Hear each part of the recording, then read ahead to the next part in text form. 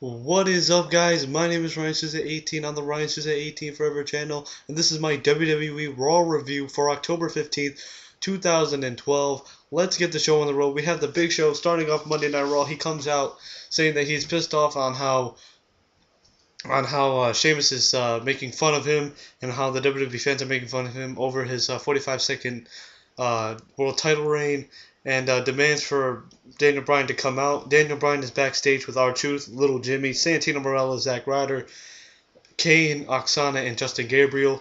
And as Daniel Bryan goes to the ring, he keeps saying no, and then all the people around him keep saying yes. And there would be a match between Big Show and Daniel Bryan. Big Show would actually win with the choke slam, catching Daniel Bryan as Daniel Bryan was about to hit him with the diving axe handle. And Big Show would win the match. And Big Show would actually try to set up for the WMD to knock out Daniel Bryan, but Kane would actually stop the Big Show, and Big Show said, "Oh, my bad," and would leave the ring. Then we have a CM Punk and Paul Heyman coming out. Paul Heyman has this portrait stand in which it shows kind of like the Hell in the Cell poster. Punk shows the Hell in the Cell poster, saying that he's not a devil, he's actually an angel, which is a load of crap. But I love CM Punk, so whatever he says, I enjoy it. And I'm not one of those fans that, oh, because he's heel, I had to hate him. No, I like CM Punk. I've always have, and I always will. But that's not the point. Vince McMahon comes out and says that he will unveil Punk's opponent later on tonight in the contract signing for the WWE Championship at the Hell in the Cell pay-per-view. Then we have Alberto Del Rio versus Brodus Clay. Brodus Clay, I don't know. Apparently he's jobbing to a lot of people now, and he would job to Alberto Del Rio. Del Rio would hit with the cross arm breaker, and Alberto Del Rio ADR would be your victor. Then we have Santino, Marella, and Zack Ryder, Cobro versus the Primetime Players. Pretty much they would have the entrance of Cobro, and then they would cut to commercial, and then you just have Titus O'Neil hitting his patented power bomb or whatever it is, and the Primetime Players would pull off with the victory. Then the group of Heath Slater, Jinder Mahal, and Drew McIntyre, they would actually reveal their group name, which is 3MB, and they come out and attack Zack Ryder and leave a statement and actually do their signature, rock and roll thing. You know what I'm saying? Then we have Dolph Ziggler cuts a promo, saying that how about at Hell in a Cell, I face CM Punk, I become WWE champion, then I cash in on the World Heavyweight Championship match. Then Otunga comes out saying that no, I deserve to be in the number one contenders match for the WWE Championship. AJ comes out and announces it would be a 2-on-1 handicap match between the two guys, Ziggler and Otunga, versus the undefeated Ryback. Of course, as we all know, Ryback would just pretty much dominate the match, and we are left with just complete dominance by Ryback. We have Matt Striker backstage talking to AJ.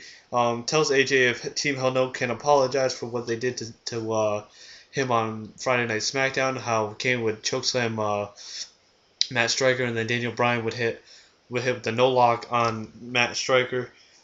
And pretty much AJ would announce to Matt Striker that he would face Kane in a one-on-one match. Then we have the United States Champion Antonio Cesaro versus Justin Gabriel. A pretty quick match, but Justin Gabriel would hit with his 450 splash, but apparently Antonio Cesaro's elbow would actually get in the way of the 450 splash, and he would actually hit with his devastating uppercut as he throws his opponent up and then hits him with the uppercut, in a kind of sense of a European uppercut, and would pull off with the victory. So another victory for the United States Champion Antonio Cesaro.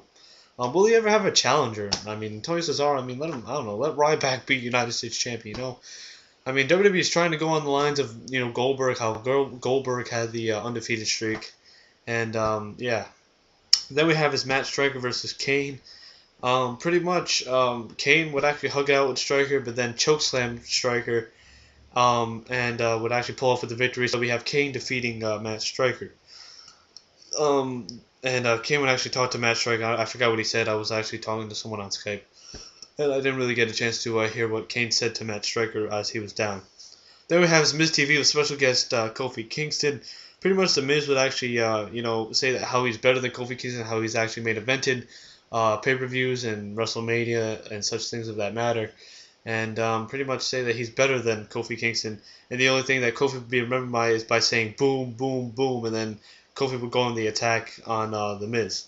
Then we have Wade Barrett versus Sheamus, a rematch from last week. Big Show is at the top of the entrance ramp, and pretty much Sheamus goes off on Wade Barrett. I mean, a lot of back and forth action between these two, between the British and the Irishman. A very good match. Sheamus would well, I think he would hit with the white noise or the bro kick. I didn't really get a chance to see the ending of the match, but Sheamus would pull off with the victory. Then we have the Divas Championship title is on the line, or Divas title is on the line, where we have Eve Torres versus Layla. Layla gets her rematch clause on Eve, and Eve would actually pull off with another stealer, as Layla's foot was actually on the rope during the 3 count. So Eve would retain her Divas Championship. Then we have is the tag team match between the Road Scholars and Epico and Primo. I thought they said earlier in the night that it would actually be the finals tonight between the Road Scholars and Sin Cara Rey Mysterio, but they apparently lied, and now they're saying it's next week, so I didn't really understand that. So apparently I must have heard it wrong, so apparently it's next week. It'll be the finals for the number 1 contenders finals match, in which the winner would face Team Hell No at Hell in the Cell, at the Hell in the Cell pay-per-view. So the Road Scholars would pretty much pull off an easy win against Epico and Primo. And then we would have The Miz versus Kofi Kingston. Kofi Kingston out of nowhere. Miz would get shrugged off as he would try to hit the Skull Crusher finale on Kofi. And Kofi just out of nowhere. Vicious Trouble in Paradise. It looks like Miz was actually unconscious. I mean, oof. Very devastating Trouble in Paradise by The Miz. Then we have the contract signing for the WWE Championship. And it would either be... who will Punk face? Would it be Cena or would it be Ryback? Both superstars would actually come down to the ring, Cena and Ryback. Punk would actually shut up Vince McMahon, and then, of course, John Cena would cut off Punk and would start the chance of Feed Me More, saying that he looks at Ryback and says that Ryback is a complete ass kicker and that's all he wants to do.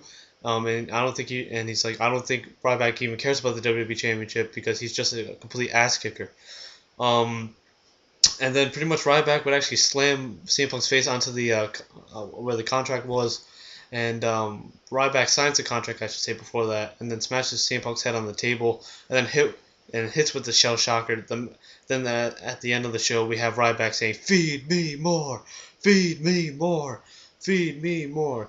So anyway, guys, this has been my WWE Raw review for October 15th, 2012. Let me know what you thought of Monday Night Raw. I give it a complete 7 out of 10. It was an okay Monday Night Raw.